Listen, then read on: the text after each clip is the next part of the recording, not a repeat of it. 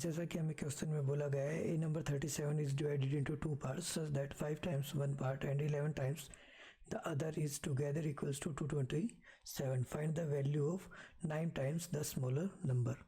ठीक है, एक संख्या 37 को दो बराबर भागों में इस प्रकार विभाजित किया जाता है कि एक भाग का 5 गुना और दूसरे भाग का 11 गुना मिलाकर 227 के बराबर है. छोटी संख्या के 9 गुने का मान ज्ञात कीजिए. ओके,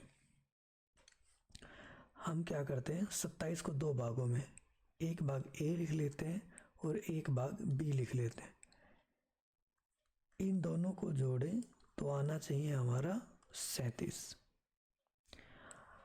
अब इसने कहा कि एक भाग का 5 गुना, तो पहले भाग को हमने 5 गुना कर लिया और दूसरे भाग को हमने 11 गुना कर लिया, तो 11 भी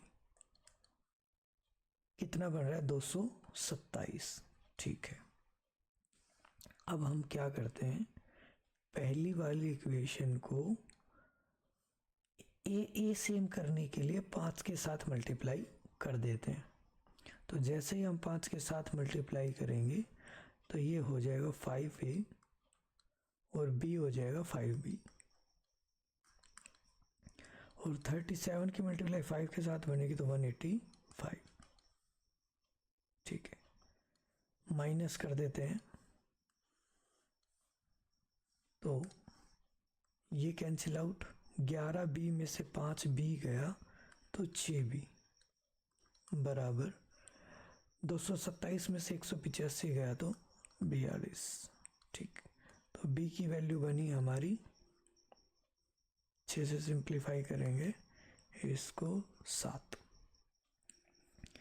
तो a और b दोनों मिला करके 37 थे, b की वैल्यू 7 हो गई है, तो इसका मतलब a की वैल्यू कितनी बनेगी, 30.